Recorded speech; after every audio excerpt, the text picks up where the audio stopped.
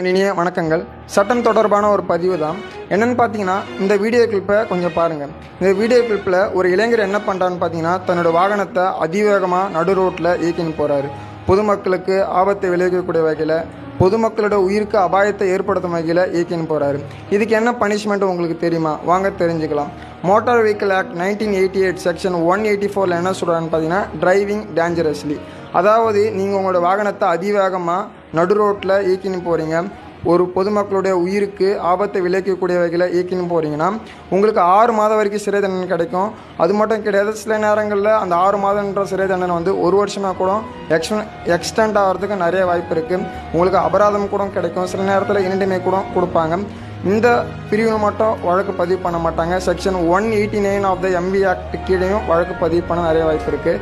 Section 189 of the MV act என்ன சொல்லுதுன்னு பார்த்தீங்கன்னா, ரேசிங் ஸ்டன் பண்ணுறது.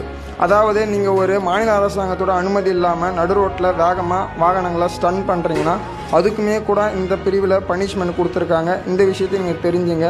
ஸ்டன் பண்ண போகிற இது போன்ற விஷயங்களை அடிக்கடி பண்ணுற உங்கள் ஃப்ரெண்ட்ஸுக்கு இதை டேக் பண்ணி இதை உடனே தெரியப்படுத்துங்க.